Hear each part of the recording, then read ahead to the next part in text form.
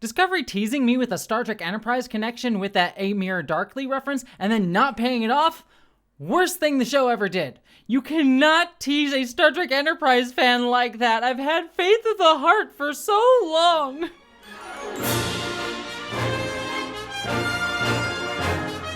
Hello interwebs and welcome to my ongoing retro review series of Star Trek Discovery Season 1 being done in preparation for Star Trek Discovery's 5th and final season later this year, and today we're going to be reviewing episode 10 of Season 1, Despite Yourself. Despite Yourself. This is the episode that officially kicks off the season's Mirror Universe arc, and I have to say, on rewatch, this episode does contain some great moments here and there, but it also contains some of my least favorite moments in this entire series, all 4 seasons counting.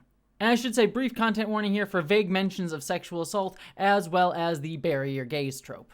Let's start off with the positive though. I actually think the shift to the Mirror Universe here is a lot of fun. I remember on my first watch, even knowing that this was the Mirror Universe because Jonathan Frakes, who directed some of the Mirror Universe episodes, had accidentally spoiled it a few months ago because my boy Riker can't keep his mouth shut, being so excited to see the crew slowly learning what universe they were actually in. The build-up is properly eerie, with a Vulcan ship trying to attack them, then getting destroyed by a Terran Empire ship, and then them slowly learn that they're in a fascist universe. I also love Jason Isaacs' portrayal throughout this entire episode. You can definitely see him playing ignorant in front of the crew that this is actually where he's from, and it adds some cool tension to scenes that actually make a rewatch more interesting. My shuttle was destroyed by one of your followers, and I was killed. The Emperor laid waste to your ship in retaliation. It's believed you escaped. Well, there's me hoping I'd find a better version of myself over here. Also, despite it not paying off with what I hoped would be a visit to the USS Defiant from the original series episode The Tholian Web, and its Mirror Universe follow-up on Star Trek Enterprise's episode Amir Darkly, I did really enjoy this episode making a connection to those 2 other episodes in some nice canon interweaving, especially given that it instigates Burnham, Lorca, and Tyler trying to infiltrate the ISS Shenzhou to be able to try and get to use the Defiant to get back to their universe. It's just some fun, nerdy, Trekkie fun.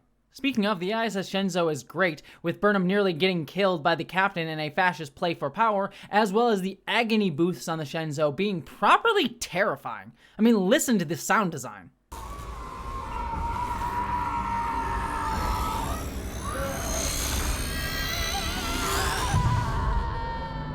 That said, the cheap mystery box of, ooh, there's a mysterious emperor in this universe is annoying, especially given that I know it's Georgiou on rewatch. They're ruled by a faceless emperor. Like, why would the emperor be unknown? Don't most emperors, get that permission because they want to aggrandize their ego? It doesn't make sense, and it really just comes across as them trying to keep the reveal for next episode when we learn it's Georgiou. Also, speaking on missed opportunities here, there's a quick reference to them having switched places with the ISS Discovery, and it's sad that we later learn that the ISS Discovery gets destroyed by Klingons over in the Prime Universe, as it feels like there was more you could have done with a rogue Terran Empire ship in the Prime Universe, but alas. That signature seems to have vanished at the same coordinates where we popped in. So, It is possible we switched places with their discovery. I do adore Tilly in this episode, though. Her and Culber's worrying over the bad mushroom trip Stamets is really, really sweet. But even better, her having to pretend to be Captain Killy, which is the funniest name. Hello, this is Captain Tilly. What the hell? What the hell? Brings some nice levity to the episode's tension, and also provides a twisted contrast to Tilly's arc this season of being on the path towards becoming a captain, as we see her balk at the dark ends this Mirror Universe self took to get that role. Because they live in constant fear. Always looking for the next knife aimed at their back. Their strength is painted rust. It's a facade. But you have the strength of an entire crew that believes in you. It's showing that Tilly does have that confidence within herself to become a captain, but is this the way that she wants to become one? And this leads to the episode's overall theme. How far have the USS Discovery crew fallen into fascism due to their experiences under the Klingon War? Have they really closed off their hearts due to the trauma they have suffered, or are they still able to open themselves up in true Star Trek fashion?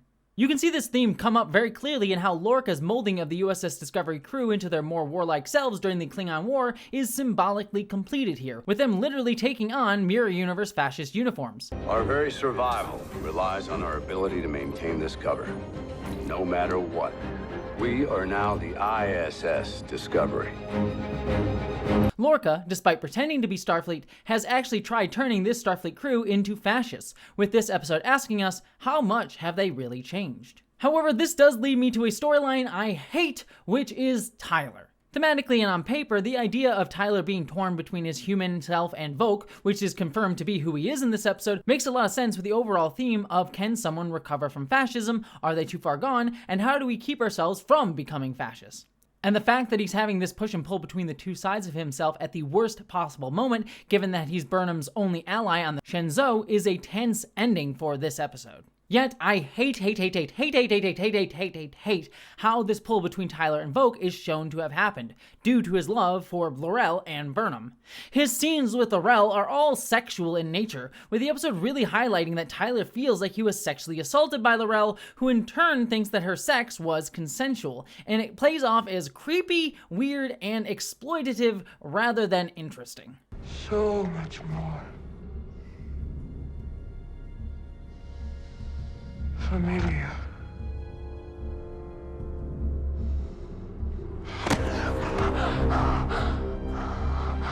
And then for that to be contrasted with Tyler's attraction to Burnham being what draws him to become human is just, it just gives me really uncomfortable vibes. However we change, I'm here to protect you. And this is made worse by the fact that this is also the episode that really leans into Lorca also objectifying Burnham, where we have a scene where Lorca says it must have been destiny that brought him and Burnham together, given that they were also brought together in the mirror universe, when in truth, as Burnham points out, it was Lorca who drew Burnham there. You were destined for something more. Destiny didn't get me out of prison, Captain. You did that. Well, let's agree to disagree. For now. While it is a nice nod to how fascists try to create their own narrative of like, this is the way the world's supposed to be, it really just reads as super uncomfortable that so many of the dudes have a thing for Burnham in this show, and it's always, always creepy. But this ultimately leads to my least favorite scene in all of Star Trek Discovery, which is the murder of Culber. I hate it even more that it comes right off of a scene between Stamets and Culber caring for each other. The series had built up to this point, both within the show itself and in promotional materials outside of it, the importance of Stamets and Culber being the first ever gay lead characters within Star Trek. So for them to then utilize the bury your gays trope for cheap emotional drama to tear apart a landmark gay couple for this landmark franchise about inclusion and diversity that the show had been building up all season is honestly rather disappointing and gross. And look, I know Culber does come back later this season in a mushroom dream, and that he does come back in season 2, but I will point out that I don't think that the original plan was for him to come back in season 2, but that having just been a response to the criticism of season 1, and even if it was always the plan, to still utilize the bury your gays trope just to subvert it later is still doing the trope, and it's made especially worse that they kill the man of color in the relationship, especially given that queer BIPOC folk have both so little representation and have also been traumatized numerous times seeing BIPOC be murdered violently in stories like this. So for Star Trek to contribute to the violent imagery of a man of color getting violently murdered just really, really, really sucks. Like, the neck snapping of Culber is just unnecessarily cruel. And again, I am very glad that Culber and Stamets still have a future in season 2 of Star Trek Discovery and onwards, because I adore them so much. They're some of my favorite characters in this show over its course of its 4 seasons, but it's really, really sad that their story is marred by this cheap storytelling choice here. With all that said, all in all, there are elements that I like in this episode, but there's just so much that bothers me and that I really dislike. That being said, though, I am curious to see how the next few episodes play out, because there is a call-out in this episode to how the Terran Empire is supposedly the opposite of the Federation in every way. The Terrans appear to be the antithesis of us in every way. But the shift for the Discovery crew to becoming Terrans so quickly, and Lorca's manipulation of them, speaks to that possibly not being the case. Are we becoming who we pretend to be, as this episode asks us, both with the character of Tyler, the character of Burnham, Discovery crew generally, and Lorca? And this then leads me to wonder if in the next few episodes the show will make a more direct line between how the Discovery crew has changed to the criticisms by both of the Klingon war lead antagonists, Cole and T'Kuvma, as both of them earlier this season called out the Federation's potential to create hegemonic cultures rather than being one that actually respects diversity. This device is a universal translator, an example of human ingenuity. All I see is another attempt by humanity to rob us of our identity. Directly calling out the sometimes classically liberalist hegemonic impulses of Star Treks from the 90s, as well as America from the 1980s onwards, versus the true pluralistic communist utopia that the franchise purports the Federation to be.